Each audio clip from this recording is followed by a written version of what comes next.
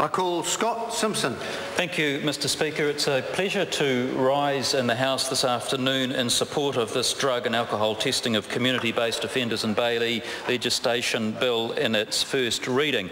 And sir, in doing so, I want to just spend a moment or two drawing to the attention of the House some of the matters that we who are fortunate enough to be constituent MPs who are involved closely with our communities will often find is the case that when we're dealing with matters of reoffending and criminal offending in our communities, that so often, so frequently and so prevalent is the incidence of abuse of drugs and alcohol as part of the very foundation of that offending, that it comes as no surprise at all to find that in fact statistics show that nearly half of all criminal offending has as its root, as its base, a drug or alcohol component.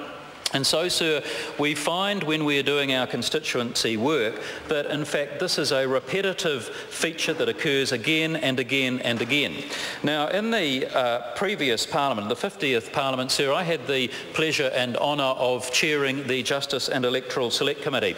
And in that Select Committee, sir, it became very clear to me during my time as chair that much of the offending that was being done in New Zealand had as its root core a drug or an alcohol component.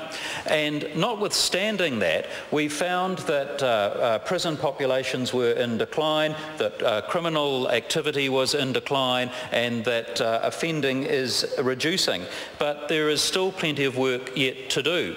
And so, sir, we come to this tricky area of what should the role of the state be in terms of trying to help assist offenders, particularly those that are serving community sentences or who are on parole, and helping them to protect themselves from temptation of the sort that occurs when they are in an environment where drugs and alcohol is prevalent. And what we find, sir, is that the state does have a role in assisting those who are sometimes vulnerable and have a propensity to be influenced by drug and alcohol, and particularly where that involves their criminal offending. And so the question for this House, sir, is really at what point should we be involved in intervening into trying to assist and make sure that offending is reduced, or the opportunity for offending is reduced. And so, sir, it probably comes as a surprise to many people listening to this debate to find that notwithstanding that parole boards and courts and other departments, for instance the Department of Corrections, have the ability to impose conditions around parole and community sentences that involve those offenders in not being exposed to drug or alcohol, but in fact there's little or no ability to enforce that situation. And so the numbers, sir, are quite daunting. The Minister in his first reading speech in this bill indicated that each year around 4,000 offenders on community sentences and orders and around 15,000 people on bail have abstinence as a condition of their release. And so it's all very well and good to have abstinence as a condition of their release, but then not to be able to record or monitor that abstinence is, in my way of thinking, a complete farce and a bit of a conundrum. And so this piece of legislation will in fact remedy that situation in a neat and sensible way. Correction staff are trying to ensure that offenders and Bailees comply with their drug and alcohol abstention orders, but they really have no capacity or no ability to come good on that request or that provision to abstain. And so this bill creates a legal mandate for alcohol and drug testing of eligible offenders and Bailees, and not before time, in my opinion, sir. So there are a number of questions that the Select Committee in its deliberations will need to address, not the least of which is how intrusive should this testing and this monitoring be? How often, for instance, sir, should it occur? And in what particular circumstances should it occur? Should this be a matter that is completely private, or should it be in some sort of community facility, or should it be in some kind of situation where the offender is required to present themselves to a regulatory authority office or personnel and make the appropriate testing available? And then there are questions about what happens if the testing is not done, what happens if the person who has abstinence as part of their parole or bail conditions makes themselves not available. What sanctions will be imposed by the state in order to ensure compliance with this new legislation?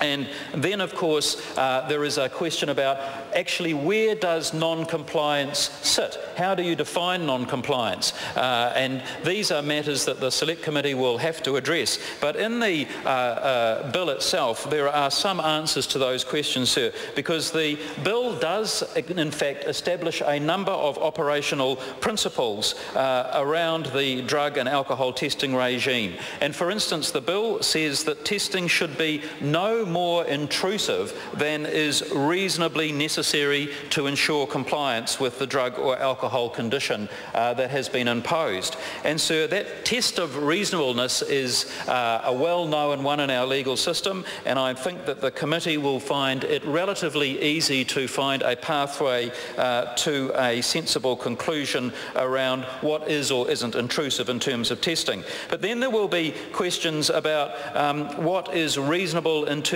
of compliance with the policy. How often should testing occur? Should it be random? Should it be on a regular basis? Should it be at the same time each week? And then at what form that testing should take. Sir, we have had, as my colleague Ian McKelvey pointed out in his speech only a few minutes ago, that drug and alcohol testing these days is not new, it's not unusual, it's not weird, and it's not unknown in a wide range of other aspects of our day-to-day life. In fact, drug and alcohol testing is now very common, very prevalent in the workplace. And I've had constituents, sir, come to me and say, well, if it's good enough for me as an employee of a company to be tested for abstinence from drug and alcohol, then surely, sir, it is also good enough for those who are subject to community service orders, or who are out on parole, or who have been somehow involved in our criminal justice system. Then surely, sir, it's also good enough for those people who, on the face of it, have a greater propensity to be subject to drug and alcohol abuse. Surely it makes sense for those people to be tested as well. And then, of course, we have the same situation, and technology has been able to guide us greatly through testing of drug and alcohol in the sporting arena and in sporting environments. And some of that new technology, that information, those systems that have been gained in the workplace and the sporting environment, and indeed in terms of testing drivers for alcohol, that kind of technology will be available and of assistance in policing and monitoring compliance with this new piece of legislation. So the question, I think, is a good one about why those who are subject to our criminal justice system, out on parole, out on bail, who are subject to community service orders, why they are not tested. This piece of legislation provides the answer to that.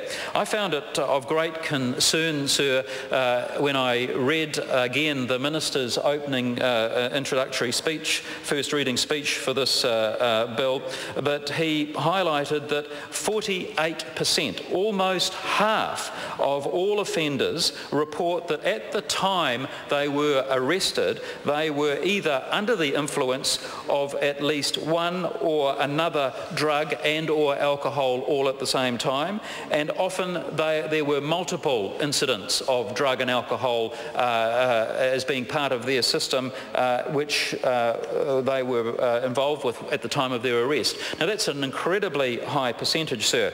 and one that I think that this House surely would want to take cognizance of and make sure that we had the absolute regulatory and legislative tools in place to ensure that a testing regime that can be compliant and that can be providing good certainty and assurances to the wider community for their total safety, that these things are in place. And so, Sir, this is I think a very good bill. I know that my colleague Kamwal Bakshi, as Chair of the Law and Order Select Committee, will ensure that this bill receives very adequate and full attention of the committee, and I know that some of the questions that I have raised will be given very good consideration by the committee as they deliberate. I will watch the progress of this bill through the House with great interest. Sir, I commend it to the House for its endorsement. Members, the question is that the motion be agreed to. Those of that opinion will say aye. Aye. To the contrary, no. The ayes have it. Drug and Alcohol Testing of Community-Based Offenders and Bailees Legislation Bill, first reading. The question is that the Drug and Alcohol Testing of Community-Based Offenders and Bailees Legislation Bill be considered by the Law and Order Committee. Those of that opinion will say aye. Aye. To the contrary, no. The ayes have it. Call on Government Order of the Day number 2. Mr. Speaker. Weathertight Homes Resolution Services Amendment Bill, first reading. The Honourable Dr. Nick Smith. Mr. Speaker, I move that the Weathertight Homes